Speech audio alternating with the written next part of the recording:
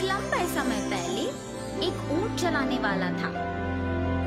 रेगिस्तान में सफर करने वालों को ऊंट पे उनके चहीदे स्थान पे छोड़ देता था। उसका नाम परितम था। हर रोज वही काम करता था, उन्हें लेके जाना और वापस ले आना। आए हुए पैसों से अपना जीवन बिताता था। एक दिन एक अमीर परिवार परितम से उनके यात्रा की सारी जानकारी देकर, जैसे उनके जाने की और रहने की जगह, उससे उसके ऊंट पर 2 हफ्ते घूमने की सौदा करते हैं। बाबू, मैं अपने पूरे परिवार को यहाँ के सारे प्रदेश दिखाना चाहता हूँ।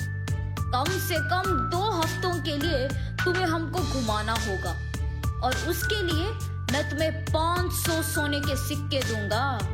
हाँ, 500 सोने के सिक्के? 2 हफ्तों के लिए जाऊंगा तो 1 साल के काफी पैसे कमा पाऊंगा। ऐसे फैसला करके परितम तुरंत उन लोगों का सौदा स्वीकार करता है। दूसरी तरफ परितम की माँ उसे जाने से मना करती है। बेटा, पैसों की लालच में ऐसी खतरनाक यात्रा करना क्या जरूरी है? उनके कहे प्रदेशों को पर्यटक साधारण रूप से नहीं जाते हैं। ऐसे कहने पर भी उनका बेटा नहीं सुनता है। माँ की बात को टालकर पैसों की लालच में अगले ही दिन उस अमीर परिवार के साथ यात्रा प्रारंभ करता है। परितम ऊंट पे 2 लोगों को बिठा के ऊंट को पकड़ के चलते रहता है। बाकी के लोग बाकी ऊंटों पे बैठ के उनके पीछे आते रहते हैं। बाकी के ऊंट को चलाने वाले सारे परितम की आज्ञा का पालन करते हैं। वो सारे परितम के पास मौजूद नक्शा की सहायता से चलते रहते हैं और जब रात होती है तो वहीं रुक के सो जाते हैं।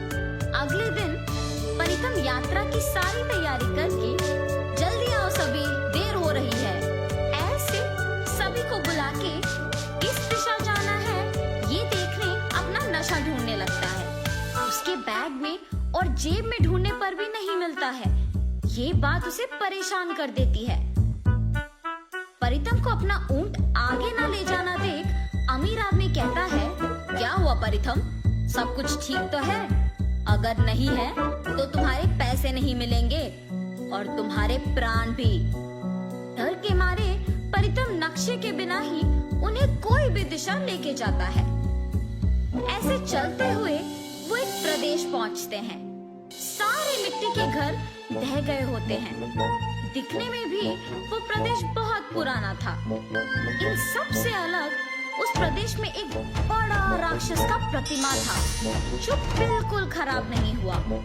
ये सब देख के जब वो परिवार वाले पूछते हैं कि कहाँ है, तो परितम कहता है कि वो एक विशेष जगह आ पहुँचे। सुनिए सुनिए, अब से पहले मैंने किसी को भी इस विशेष प्रदेश में नहीं लाया हूँ, ताकि अब आप ये देख के आश्चर्यचकित हो जाए।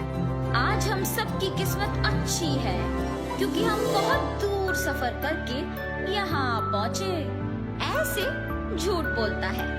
हाँ, ये जगह दिखने में बहुत पुराना है और नष्ट किया हुआ लग रहा है। इसमें क्या विशेषता है? आपके आगे जो प्रतिमा है वो आदमी शहर को चलाता था। ऐसे कहते हुए उस प्रदेश के अंदर चलते हैं।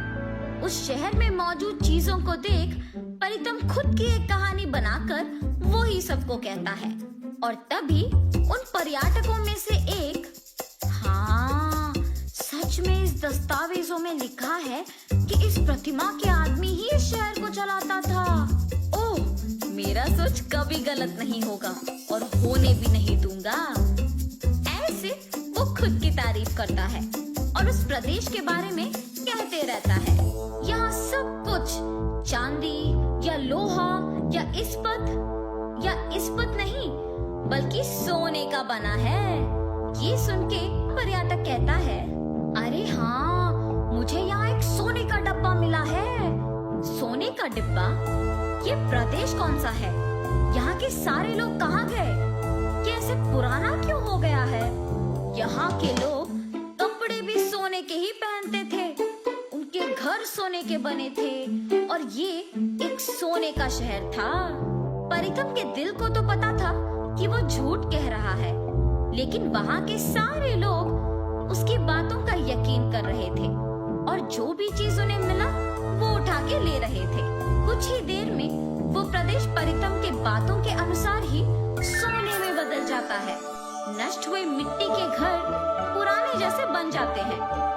ये देख पर्यटक और परितम दंग रह जाते हैं। प्रतिमा भी सोने का बन जाता है और चलना शुरू करता है। ये देख सभी वहाँ से भागने लगते हैं और छुप जाते हैं। ओए परिथम, तुम्हारे ही बातों के अनुसार मैंने यहाँ सब बदल दिया, लेकिन सोचने की बात तो ये है कि तुमने जो कुछ भी बोला वो सच है। इस सारी दुनिया में किसी को भी इस प्रदेश के बारे में नहीं पता, तो तुम कैसे जानते हो? यहाँ क्यों आए हो और ये सब कौन है?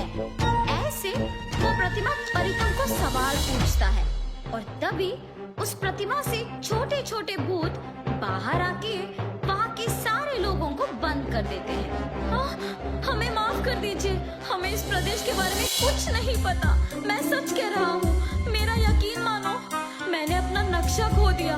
इस अमीर आदमी के धमकाने की ही वजह से मैंने बिना सोचे कोई भी रास्ता को चुन लिया और वो रास्ता हमें यहाँ तक ले आई और कोई प्रदेश भी नहीं दिखाई दिया, इसीलिए हम यहाँ आ पहुँचे। 300 साल से कोई भी इस प्रदेश तक पहुँच नहीं सका, तो तुम्हें ये कैसे मुमकिन हुआ? आके हम सबको जगाया तुमने, तुम्हारा अब क्या करें? तुम सबकी जान ही हमारी तोहफे होंगे।